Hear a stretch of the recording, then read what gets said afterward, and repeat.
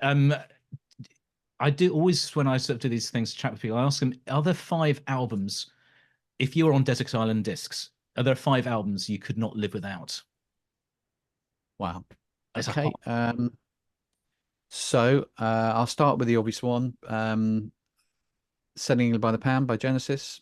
Yeah. It was my introduction to progressive rock in 76 or 7. And I still think it's one of the greatest albums ever made. Mentioned Delamitri earlier. There's an album of theirs called Twisted, which I think is an absolutely stunning piece of just like a songwriting workshop for me, really. Prefab Sprout. I think the album of theirs I would choose would be Jordan the Comeback, which I just is like it's a semi-concept sort of thing. And again, the songwriting is at the highest level. Um, that's three. It I'm is. running out of I'm running out of others. Maybe I go with yes, going for the one.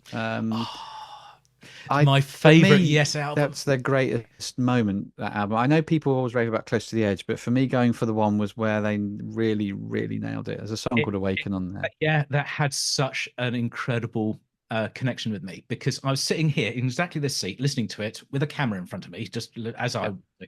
and I've got a window in front of me here, and just as it was hitting those high parts, they're going through Yeah. the chords going up and up and up, sort of moving to heaven almost.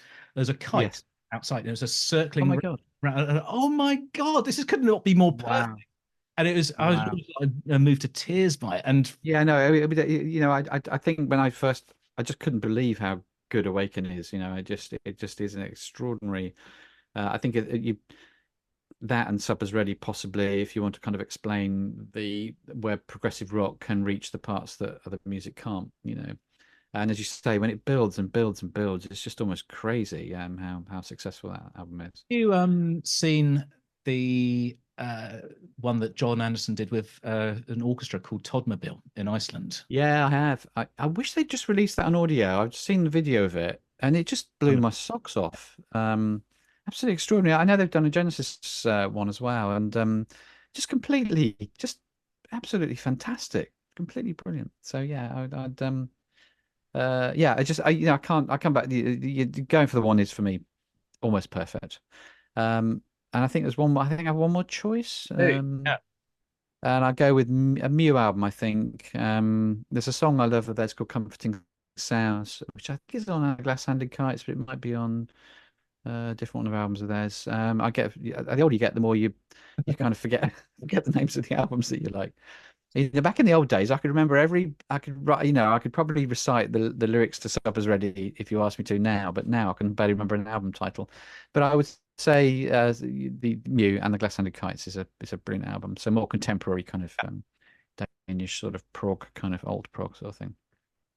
So is that it? Is that my selection? It is all done. Yeah. So there's three there that I don't know. I mean, I know of all three bands that you've talked about: Mew, Delamitri, and Prefab Sprout, but I don't know much of their material.